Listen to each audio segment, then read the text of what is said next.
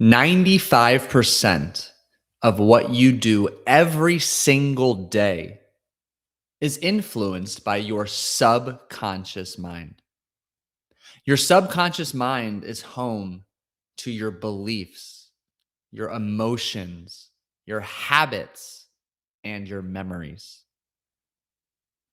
Today, we're going to focus on our conversation on your subconscious mind, specifically the beliefs and memories you hold, the beliefs, the behaviors, the habits you have as a result of your memories, the emotional charge attached to your past experiences. Because as you'll learn in the next 30 to 40 minutes, all of your intangibles, all of the challenges and obstacles you face are a byproduct of your beliefs and your memories, which facilitate a collection of learned behaviors. Behaviors designed to keep you safe, playing small, stuck in a pattern of comfortability, predictability, and familiarity. And as we move into and through today's conversation, we're going to talk about the why and the how you've come into a collection of these learned behaviors that are keeping you stuck, and ultimately shift our focus to talking about the most effective, fastest way to upgrade your beliefs and unlearn the patterns of thinking, feeling, and behaving that are holding you back.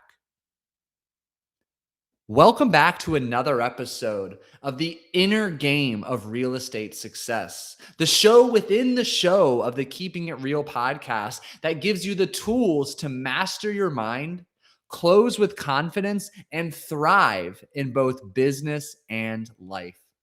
My name is Paul Salter. I am your host of these monthly episodes. I'm a mindset and performance coach, and I use hypnosis to help my clients get out of their own way by dismantling the destructive patterns of thinking, feeling, believing, and behaving that keep them stuck. And on the last Thursday of every single month, we have this conversation here, the inner game of real estate success, empowering you with the shifts, the reframes, and the upgrades you need to get unstuck, out of your own way, and to live, be, and achieve your potential. Today, we're digging into the mind, your memories, your subconscious, and we'll ultimately pivot into talking about just how powerful hypnosis is. And of course, beginning with what it is not, what it is, how it works, and ultimately sharing a little bit more about how I leverage the power of hypnosis to help my clients thrive and achieve their potential. But our conversation first begins with your subconscious mind. And the best way to think about the difference between your conscious mind and your subconscious mind is to picture an iceberg.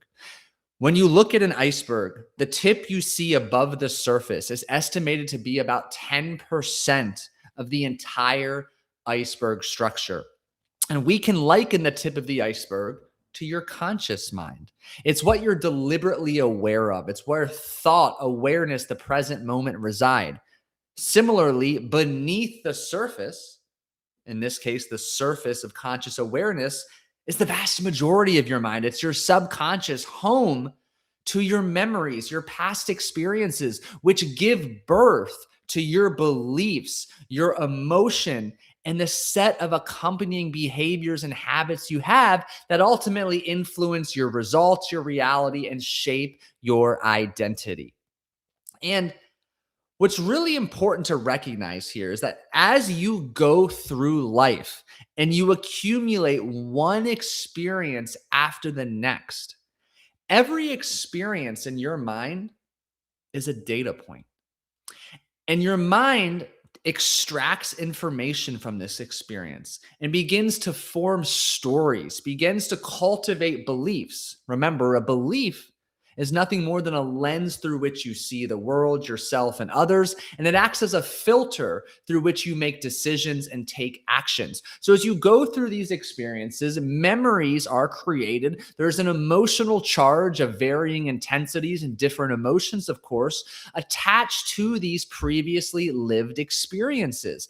And all of these continue to gradually build to produce beliefs and behaviors. These beliefs and behaviors at their core are designed to keep you safe.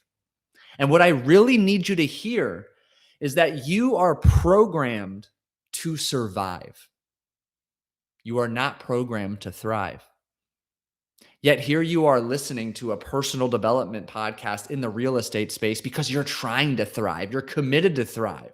Or maybe you're already thriving, but it feels exhausting, challenging, and you question if it's sustainable. Are you capable of thriving at the next level? And I'm here to tell you candidly, it's an uphill battle. Because yes, you're hardwired, programmed to survive. And that's because you, me, as human beings, we are a community-centric species, wired to belong. And thousands of years ago, when our ancestors were kicked out of our respective tribe or community, when they were rejected, judged, and ultimately abandoned, well, it was pretty much a death sentence by starvation or that saber-toothed tiger lurking around the corner. Fast forward all of these thousands of years, we still have that same deep biological need to belong because it was how and continues to be how our species survived all of these centuries. The problem, however, is that as we are going through particularly the early first few years of life, and we have our tribe that we don't get to choose, well, impressed upon us from our immediate tribe, our parents, our siblings, our family, our neighbors, our community, in addition to entertainment sources and our experience otherwise, a collection of information is repeatedly pressed upon us. A collection of emotional experiences becomes our default norm. And as a result, researchers estimate that by the age of 7, 95% of our belief system is formed. Let me give you a couple examples. One of the easiest ones that is coming up often in a lot of the clients I work with, and maybe you relate to, is we talk about the scarcity mindset versus the abundant mindset as it comes to money. And if you grew up in a household where every penny was pinched, there was barely enough just to meet basic needs, never enough to get what you want, rich people are jerks, those who are wealthy are assholes, well, guess what? You learned that this constant background noise of anxiety, fear, anger, resentment around money was the norm. You didn't choose to experience it as a 3, 4, 5, 6-year-old, but your parents, your immediate environment, that was their everyday experience. So as a natural byproduct, you absorbed that too. And now your emotional home, your core foundational emotions that your subconscious craves for the point of having safety, predictability, and familiarity may be rooted in lack, anxiety, worry, fear, scarcity, fear of loss, risk aversion. So you go throughout life repeating patterns to help you get your fix of lack, anxiety, scarcity around money. Because again, it's familiar. It's a pattern that's predictable, comfortable, and therefore safe. And your subconscious mind, has one overarching primary objective: keeping you safe. So it's an uphill battle, to say the least. And I'm building a big foundation for us because we're going to go a different direction in a moment. But with that said, your beliefs, I alluded to it earlier, they're filters, they're lenses through which you see the world. Your belief about yourself: are you worthy, deserving, and capable? Your belief about others: are they likable? Are they trustworthy? Your belief about life: is it fair or unfair? Is it happening to you or for you? The manifestation or byproduct of these beliefs begins to show up in the words you use to speak to and about yourself, your thoughts. They then begin to show up in your actions or your consistent inactions. These over time, repeatedly executed, become your habits. And all of a sudden, we've got this downstream domino effect of your beliefs, which you're not responsible for, though you're the only one who can do something about them. And we'll come back to that later. Your beliefs influence your words, which influence your habits, which influence your results, which shape your identity. So many of you are trying to wheel and deal, go, outwork, hustle, and muscle through to get to that next level. And I'm here to tell you there's a far more effective and efficient way. And it requires, candidly, some uncomfortable work that challenges, threatens your identity, your ego, your sense of normalcy, if you will, the only way you've ever known to do and be. Yet if you're willing to pause, look inward, and approach this problem that you're trying to solve to get to the next level, there's an opportunity to do different, to be different, so you can both achieve and experience different. And I want to dig into that more. So there's this really cool concept. The scientific community term for it is memory reconsolidation. And the big premise here is that memory reconsolidation is the process of rewiring the emotional association tied to a memory so it no longer sabotages your present performance. Remember, I shared earlier, every experience you accumulate throughout your life, your subconscious views it as a data point. It takes the pertinent information and begins to filter out information the more and more you have experiences to continue to validate and reinforce the beliefs that have been constructed. And the reason that's noteworthy is because as you go throughout life and you have these experiences through your particular lenses, you further strengthen those beliefs first and foremost. It cuts off your ability to see differing or other perspectives or frames of mind, and it's limiting. And until you look inward to uncover the when, the why, the how you came to possess these beliefs, how at one point in time they served you, they helped you, they protected you, you're not going to be able to actually make any meaningful, significant, sustainable change in your income, your happiness, your confidence, your health, your wealth, your well-being, or success. However, memory reconsolidation is our opportunity. It's our golden ticket. So this process, and I'm going to break it down more simplistically in a moment. We don't erase your memories, of course, but when you begin to look inward to edit the emotional charge attached to these memories so that it stops hijacking you at the exact moments you need to be calm, clear, and decisive, suddenly you reclaim your power. And that power reclamation process is taking back energy. The emotional charge that was once attached to that memory is taken back as energy. That energy can then be used to A, let go of any beliefs that were formed, and B, most importantly, to build new beliefs and the accompanying set of complementary behaviors you need to step into that next best version of you.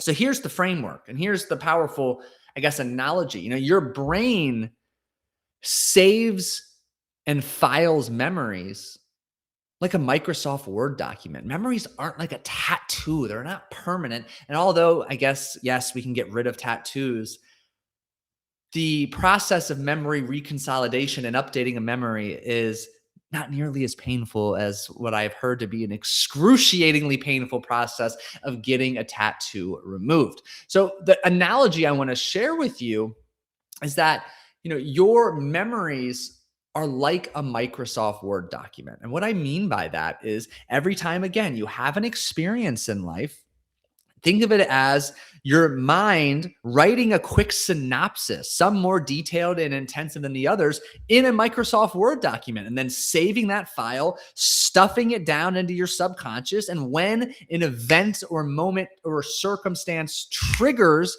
a need to retrieve that file, your subconscious suddenly brings it top of mind, reviews, okay, from this experience that sounds similar to the one we relived 25 years ago, we learned we need to behave in this way so that X, Y, and Z can be accomplished. Let me share a very common example. You're someone that when somebody provides you a critical piece of feedback, you are triggered. You suddenly find yourself on edge, agitated, defensive, maybe even an urge to lash out, to attack. An injustice has occurred. You feel personally attacked. You've taken something personally, even if a third party didn't interpret it that way and the specific person you feel triggered by had no ill intention whatsoever.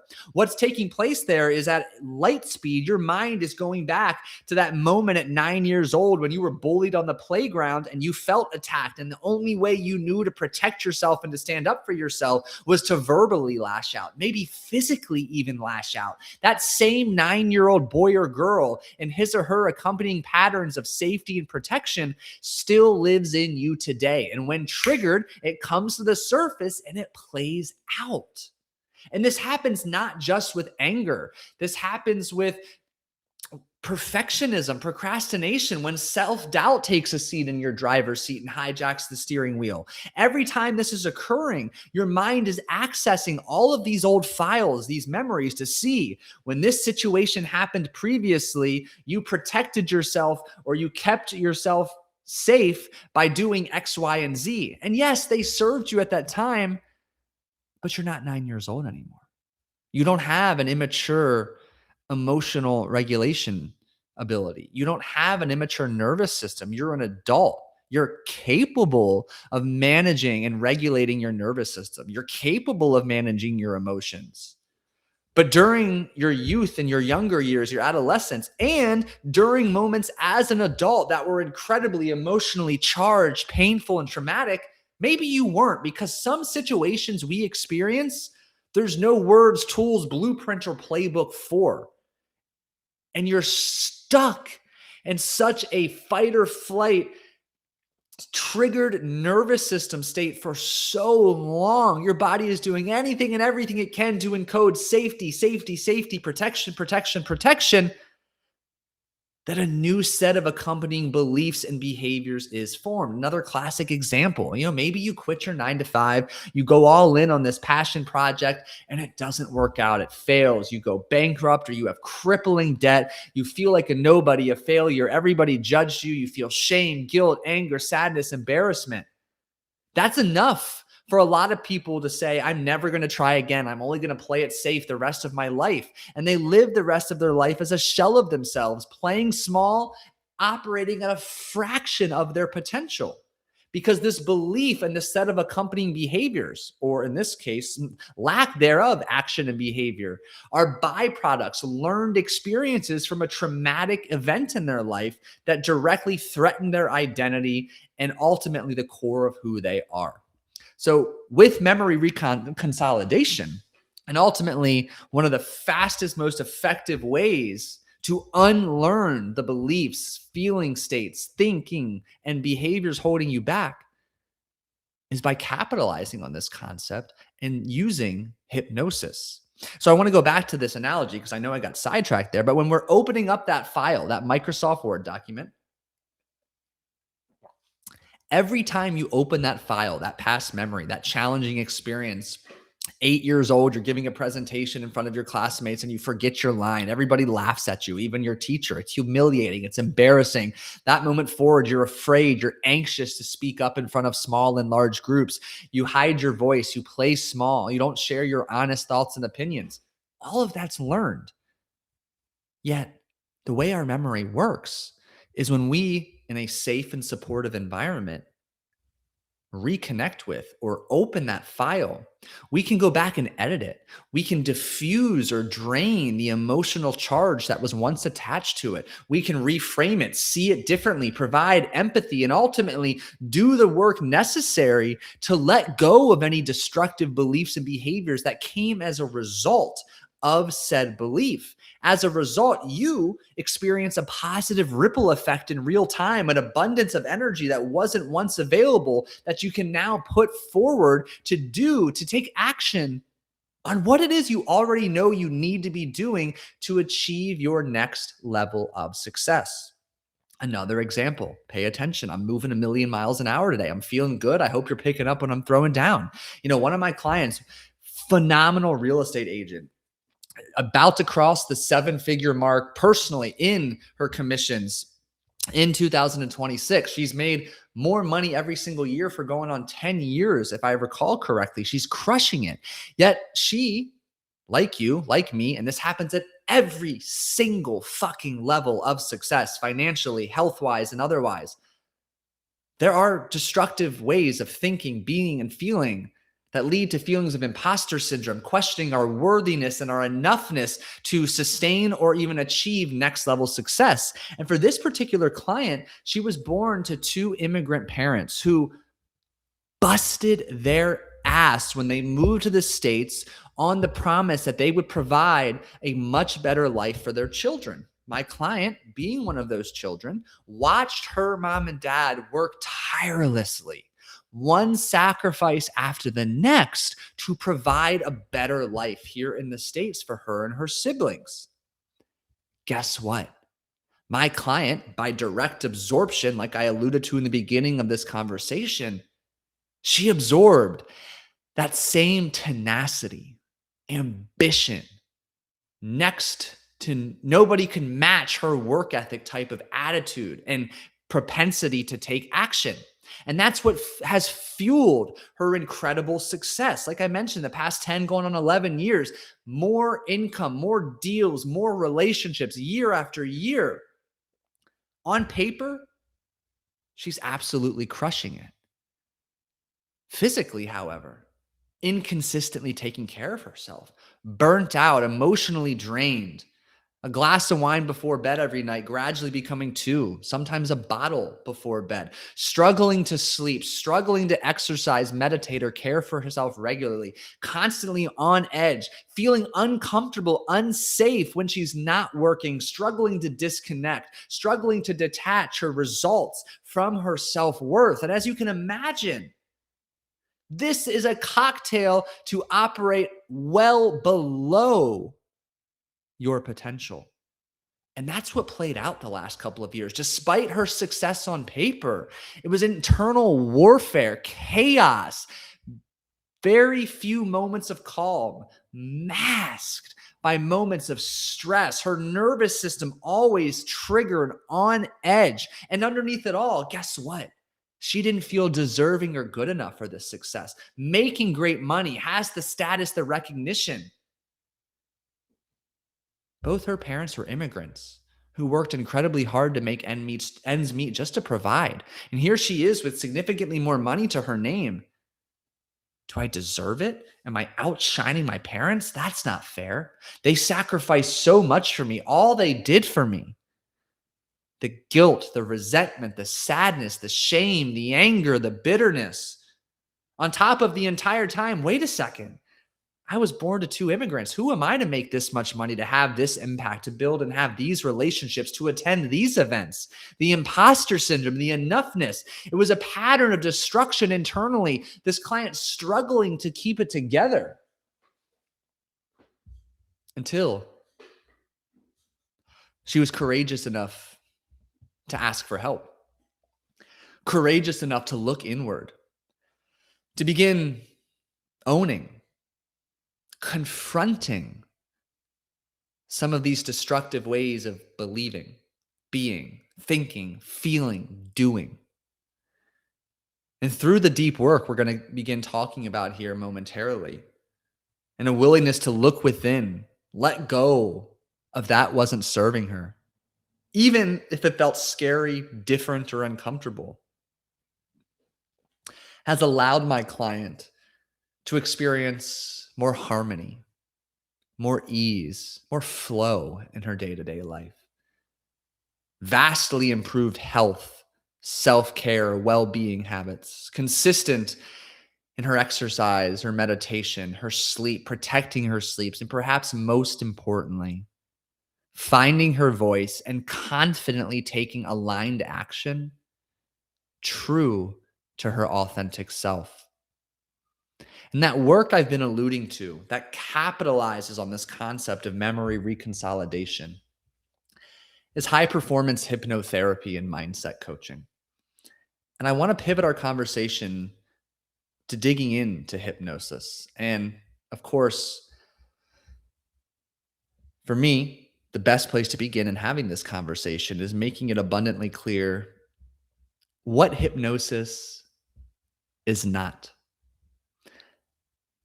Many of you heard hypnosis, and your mind immediately went to me dangling a pocket watch in front of you, asking you to cluck like a chicken, or maybe back to some hypnosis stage show you saw at a comedy event on a cruise ship, or maybe even your own high school graduation. That is unlike anything I do or use when working with my clients. Hypnosis is not magic. It's not brain controlled. It's not mind control. It's not brainwashing, excuse me. Hypnosis is a natural state of mind. Hypnosis is a safe state of mind. It's a natural, safe state of mind you have already been in today multiple times. You see, hypnosis is just a word used to describe the primary brain wave you are producing at any given moment. So right now you're highly engaged and you're listening to this conversation, and hopefully you're engaging it with your own self-talk and questions and reflection throughout. You're primarily producing what are known as beta brain waves. And after this long productive workday, you're going to go home, you're going to take a shower, and you're going to finally begin to let go and relax. Your beta brain wave production is going to come down, and you're going to begin to primarily produce alpha brain waves. And after that hot shower, you're finally going to fall asleep. And ultimately during sleep, you're going to produce what's known as delta brain waves. But there exists a sweet spot between sleep and between that slight relaxation I mentioned after that hot shower. And that state is our sweet spot, theta brainwave production. And that's the hypnotic state. It's the same state of mind you experience the moment you transition from sleeping to waking. It's the same state of mind you experience when you're caught up in a good book, podcast, your favorite TV show, or when you're deeply immersed in the flow state during a deal or on a project at work. I share all of that to clarify and reiterate just how natural this hypnotic state of mind is. Now, two significant benefits emerge when you enter this hypnotic state intentionally. Number one, the harsh inner critic, that judgmental voice you have that constantly reminds you that you're not good enough, that'll never work, you're not smart enough, you can't do this. Yeah. In hypnosis, we sidestep all of that noise and negativity. We quiet that pain in the ass. And two, we connect directly with your subconscious mind. Remember, your subconscious mind is home to your memories and therefore your beliefs, your emotions, and your habits.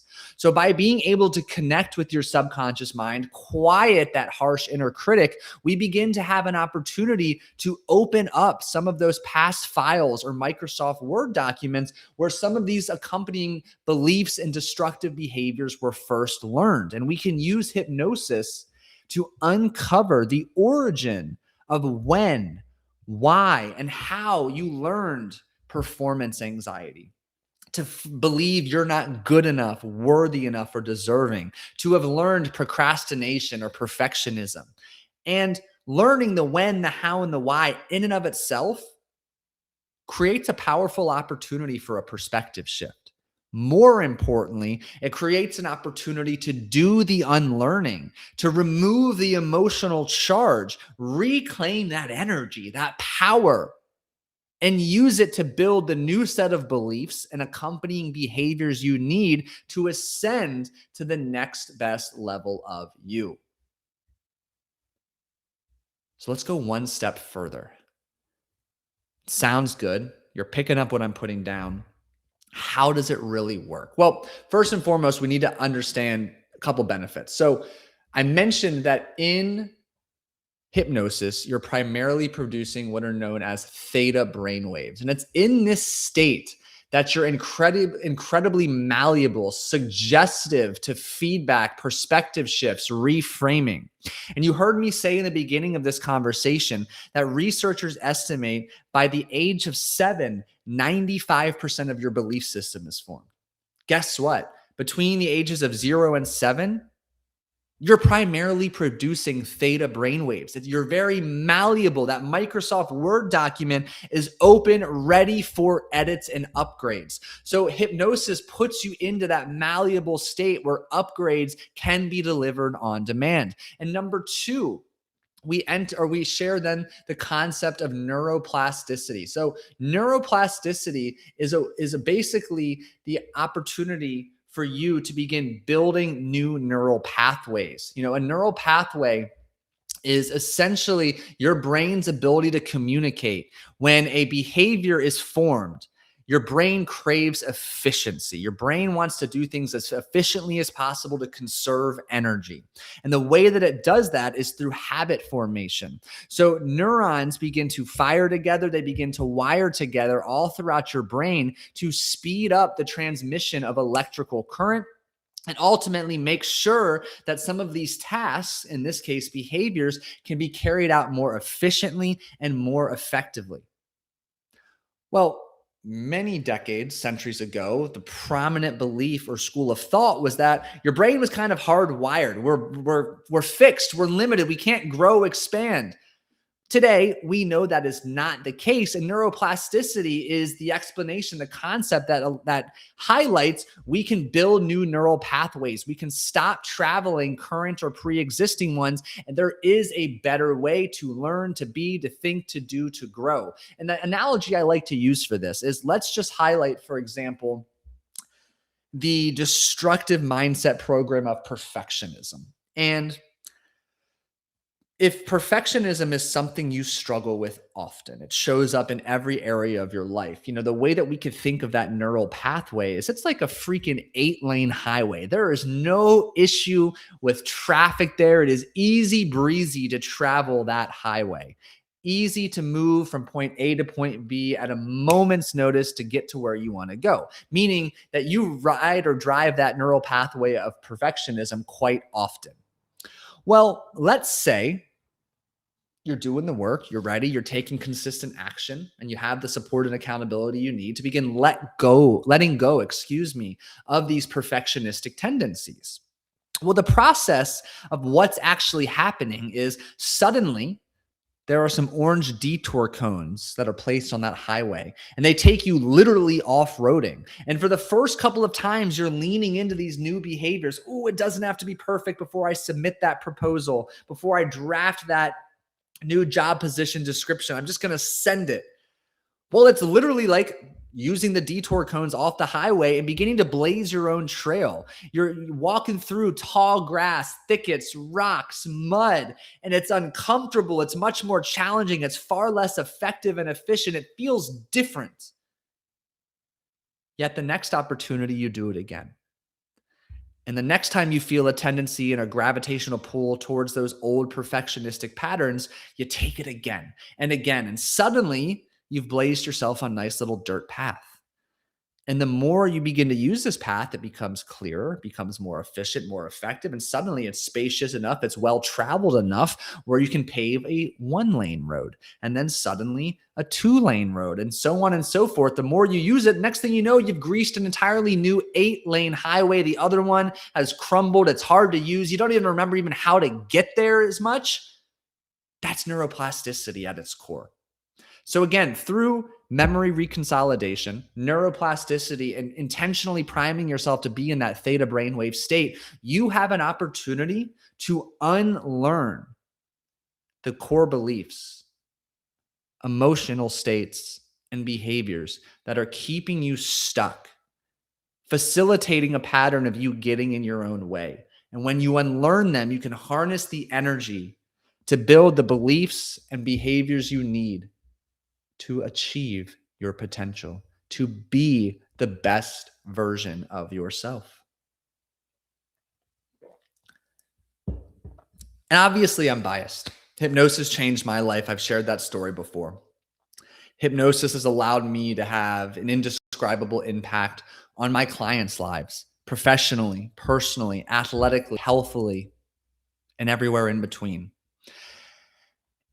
And if I'm correct, this is the 8th episode that I've done here as part of the inner game of real estate success here on the Keeping It Real podcast. And I want to just say thank you for listening to these episodes. It's a treat getting to tune in and connect with you every single month. I'm grateful to DJ and the team for the opportunity, the continued good faith in me to show up and provide value every single month. So thank you for listening. And as a thank you, specific to DJ and the real estate community, who candidly, some of my favorite clients are real estate agents, investors, and brokers. If you've ever been on the fence about high performance hypnotherapy and mindset coaching, if you've listened to me at least a few times here on this podcast, maybe you've even Googled me and explored some of my other work, my own podcast, the Scratch Golfers Mindset podcast, and you feel that what I share with you resonates. You hear parts of yourself, your journey in what I share, the stories of clients I share. And you're just still not 1,000% convinced. Like, this is for me. Do I need this?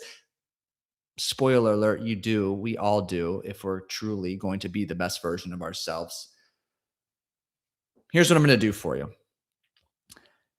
I'd like to gift 3 complimentary high performance hypnotherapy coaching sessions to give you a taste of hypnosis, what a coaching experience with me is like, so that you can fully immerse yourself in and experience the benefits and the significant impact of high performance hypnotherapy and working with me. So if you'd like to experience that, if you're truly committed, you've been curious for a while about the impact and benefit this type of coaching and work can have in your life, professionally, personally, and otherwise, this is your opportunity to have a full experience. So in the show notes, I've included a link to my coaching application. First 3 people who fill that out, I'm going to follow up with you. We'll get that gifted call on the calendar. If you're not one of the first 3 to fill it out, no sweat. I'll keep a running list of everyone who's applied. And as my bandwidth allows in the coming months, I will reach out to you. I will honor my word. Just make sure when you complete that application, you mark that you heard me here on the Keeping It Real podcast. That way I know, so I can give back to you as a dear listener. With that said, that's the show. That's the conversation. A lot to chew on. And my hope is that you truly understand through the examples, frameworks, and analogies I shared with you today, you have an opportunity to unlearn what you feel, know, and believe is holding you back. Fed up with your behaviors, frustrated by your beliefs and your self-talk. All of it is unlearnable and upgradable. And I welcome that opportunity to support you and helping you become the best version of yourself, getting unstuck and out of your own way so you can achieve your potential. Well, thank you again for listening to the inner game of real estate success. If today's episode helped shift your mindset or gave you a new perspective, I'd love for you to share it with another realtor, investor, or broker who's ready to grow. And like I mentioned, if you're ready to go deeper and eliminate what's holding you back once and for all, use the link in the show notes to get on my waiting list or to schedule that gifted session as a thank you for being a listener here on the Keeping It Real podcast, the inner game of real estate success. Until next time, keep showing up, stay grounded, and remember, your greatest edge is the one between your ears.